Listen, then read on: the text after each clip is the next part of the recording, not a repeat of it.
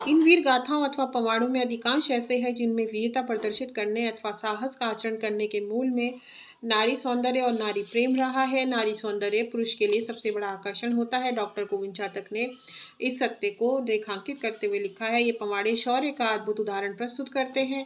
ये शौर्य सत्ता स्थापित करने, बदला लेने तथा सुंदरियों को प्राप्त करने के लिए प्रयुक्त हुआ है, किंतु इसका एक उज्ज्वल पक्ष भी है। अधिकांश युद्धाक्रम कार्यों से अपनी रक्षा के उद्देश्य से किए गए प्रतीत होते हैं। तदनंतर सुंदरियों को प्राप्त करने के लिए किए गए युद्धों का स्थान है।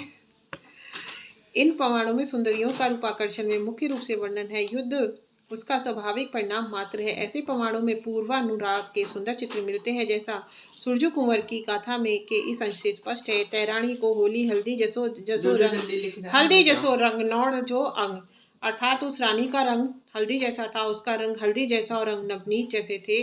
तात्पर्य यह है, सूरज कुंवर ने रानी जोतमाला को स्वप्न में देखा, वह उस पर आसक्त होकर ताता लुहागढ़ जाने का निश्चय करता है। उसके परिवार के जो भी सदस्य ताता लुहागढ़ गए वे लौटकर नहीं आए। इसका तात्पर्य यह है कि वहीं उनकी मृत्यु हो गई। सूरज कुंवर अपनी माता का अकेला बेटा था। माता ने सुरजू को बहुत समझाया पर वह न माना। सूरज कुंवर ताता लुहागढ़ चल दिया। जो भी मार्ग में उसका बाधा बना उसे सूरज कुंवर ने पराजित करके ऊपर पहुंचा दिया। इस प्रकार सूरज कुंवर ने जो भी युद्ध किए वे रानी जोतमाला को प्राप्त करने के लिए किए। सूरज कुंवर का न कोई शत्रु था और न किसी ने उसका राज्य छीना था। माधो सिंह वीर थे। उनके पवाड़े में रुक्मा से उनके प्रेम का पता चलता है। माधो सिंह और रुक्मा के प्रेम के विषय में चातक जी ने लिखा है, माधो सिंह की रुक्मा नाम की प्रेमिका थी जो संभवतः विवाह करके उसके साथ मलेथा आने को इसलिए तैयार नहीं थी क्योंकि मलेथा ऊसर भूमि थी और वहां चावल आदि अन्न उत्पन्न नहीं होता था। गढ़ सुम्याल के पवाड़े में भी सौंदर्य और प्रेम का तत्व आता है। यह पवाड़ा पूर्ण रूप में प्राप्त नहीं है। जिस रूप में यह पवाड़ा प्राप्त होता है इसमें जितना अंश प्रेम और सौंदर्य का है, उसके विषय में गोविंद जी बोलते हैं। बहुत समय पहले शिव नारायण सिंह बिष्ट ने यह पवाड़ा प्रकाशित कराया था। इस पवाड़े का एक रूप हमें भी उपलब्ध हुआ है जो गढ़वाली लोक गाथाएं पुस्तक में संकलित है। ये दोनों रूप भिन्न होने पर भी तथ्य की दृष्टि से भिन्न नहीं है। व्यक्तियों के नामों में अवश्य कुछ अंतर है।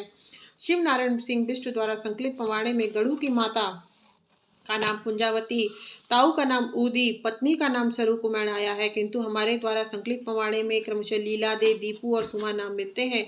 दोनों रूपांतरों में को हिमसारी घाट का निवासी बताया है। दोनों में गढ़ू के परिवार की दीनता का संकेत है, किंतु जहां एक में उसका कारण ताऊ द्वारा गढ़ू के परिवार को संपत्ति से वंचित करना बताया है, दूसरे में उसकी स्थिति का दायित्व अकाल पर डाला है। दोनों में ताऊ गढ़ू से ईर्ष्या करता है, बांझ भैंस देता है। अंतर इतना है कि एक में गढ़ू ताऊ द्वारा बांझ भैंस दिए जाने पर उसकी सारी भैंसें उठा लेता है, दूसरे में उसकी मांस के सत से भैंस के थन से दूध उतरने लगता है। वन में मुरली बजाने और मुग्धा युवती सुरमा को ब्याह लाने और बधार जाकर बदला लेने तथा उसकी पत्नी के अपहरण की गाथा थोड़े बहुत अंतर के साथ दोनों पवाड़ों में विद्यमान है। मुख्य रूप से पवाड़ा गढ़ू के शौर्य, ताऊ के स्वार्थान व्यक्तित्व और वीर पत्नी सुरमा अथवा सरू के पातिव्रत्य का आख्यान करता है। गढ़ू दैनिक की विकट परिस्थितियों में भी वन में निर्द्वंद जीवन व्यतीत करता है, भैंस चराता है, बांसुरी बजाता है, बांसुरी के स्वरों से सुरमा को अपने प्रणय पाश में मान लेता है। अभाव के जीवन में वह जैसे संतुष्ट होकर रम जाता है, किंतु जहाँ परिस्थितियां उसके शौर्य की अपेक्षा रखती हैं वहां वह प्राणों पर खेल जाने को भी उद्यत रहता है। हरि हिंडवाड़ और हंसा हिंडवाड़ का पवाड़ा। यह पवाड़ा वैसे तो हरि और हंसा नाम के दो भाइयों की वीरता और शौर्य पर आधारित है, किंतु इसमें रूपवती नारी का प्रसंग आ जाता है। सिरमौर में गौड़ी राक्षस उत्पात मचा रहा था। वहां का राजा अपनी प्रजा की रक्षा नहीं कर पा रहा था। प्रजा बहुत परेशान थी। सिरमौर का राजा घोषणा करता है कि कोई जो भी इस राक्षस को मारेगा, राजकुमारी का विवाह वह उसी से करेगा। हरि हिंडवाड़ सिरमौर जाकर गौड़ी राक्षस का वध कर देता है। राक्षस के मारे जाने पर राजा का मन बदल जाता है। वह हरि हिंडवाड़ से अपनी पुत्री का विवाह न करके उसकी हत्या करके उसका शव ताल में फिकवा देता है। हरि का भाई हंसा स्वप्न तक देखता है जिसमें अपने भाई के अनिष्ट की आशंका हो जाती है। हंसा सिरमौर पहुंचकर मंत्र शक्ति से अपने भाई हरि को जीवित करता है। दोनों भाई सिरमौर के राजा को पराजित कर देते हैं और राजकुमारी सुरकेशा का डोला लेकर अपने निवास को लौट आते हैं। डॉक्टर गोविंद चातक ने इस पवाड़े का एक अंश इस रूप में उद्धृत किया है। अब देखा तबे खोटा सिरमौर लंगमूछ रागस, अब भैजी आधा राजपाट मेरा माल राग सुन खाए, अब भेजी सिरमौर को राजा मेरा माल सोचकर, अब भेजी को जोधा साध लो मेरा माल में गौड़ी। कालू भंडारी का पवाड़ा। जब कालू भंडारी 16 वर्ष का था तभी उसने स्वप्न में सुंदरी ध्यानमाला को देखा। ध्यानमाला का नाम उदयमाला भी है। कालू भंडारी उसके रूप से मोहित होकर उसके प्रेम में पागल हो जाता है और उससे मिलने नवलगढ़ पहुंच जाता है। नवलगढ़ का दूसरा नाम कलूनी कोट भी है। वहां पहुंचकर कालू भंडारी वहां के राजा धर्मदेव और धामदेव से प्रार्थना करता है कि राजकुमारी का विवाह उससे कर दे। कालू भंडारी की बातें सुनकर धर्मदेव ने कहा, मेरे राज्य पर 5 भटों अर्थात योद्धाओं ने आक्रमण किया है। अगर तुम उन पर विजय प्राप्त कर लोगे तो मैं अपनी पुत्री का विवाह तुमसे कर दूंगा।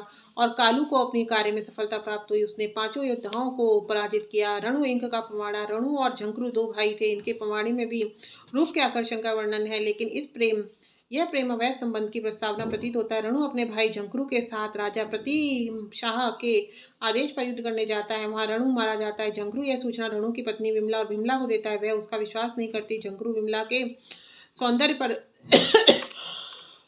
मुग्ध होकर उसे अपनी प्रेयसी बनाना चाहता है। वह संकेत रूप में अपनी इच्छा प्रकट करता हुआ रणु की थाली में भोजन करने की इच्छा प्रकट करता है। विमला उसका आशय समझकर उसे डांटती हुई कहती है, एक बात बोलो दूर है कि ना बोलो, शेर का पलंग में ना स्यारणी में लावण।